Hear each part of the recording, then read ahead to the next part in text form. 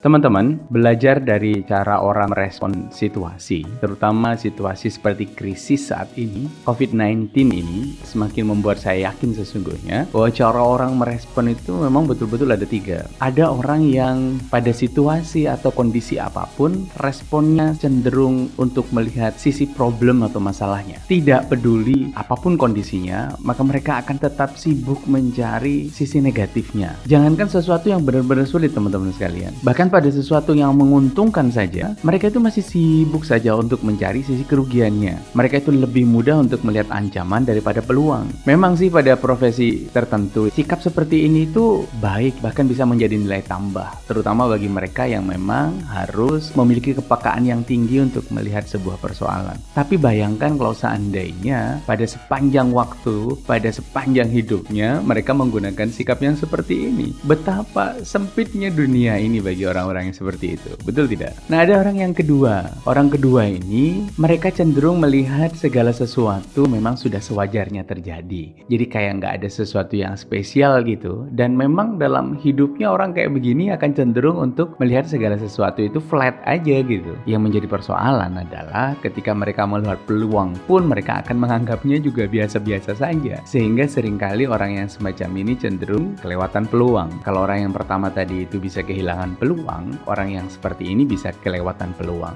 Dan bagus nggak? Ya, sometimes ini dibutuhkan, tapi kalau terlalu cuek dan acuh begitu, biasanya orang kayak begini akan kurang merasakan dinamika hidupnya.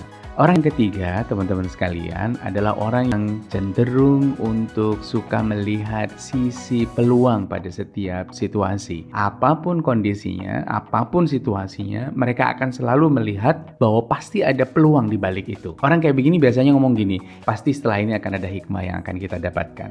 Orang yang seperti ini, teman-teman sekalian, cenderung akan lebih berdaya dalam menyikapi setiap situasi. Dalam bersikap, dalam merespon sebuah situasi, mereka akan jauh lebih berdaya dan bisa mengambil peluang yang memang betul-betul ada di balik setiap peristiwa itu, apapun keadaannya. Seorang rekan dari Rusia, ketika dia menanggapi COVID-19, bukannya dia melihat ini sebagai sebuah bencana, dia mengingatkan saya, ini bukan bencana, tapi justru ini adalah peluang-peluang besar yang akan dihadirkan untuk kita semua. Teman-teman, bagi para inovator, ini adalah pembeda. Kalau Anda cenderung menjadi orang yang pertama dan yang kedua, maka sulit bagi Anda untuk menjadi seorang inovator yang baik. Seorang inovator akan selalu melihat peluang untuk menciptakan perubahan-perubahan yang lebih baik. Tetaplah menjadi seorang inovator.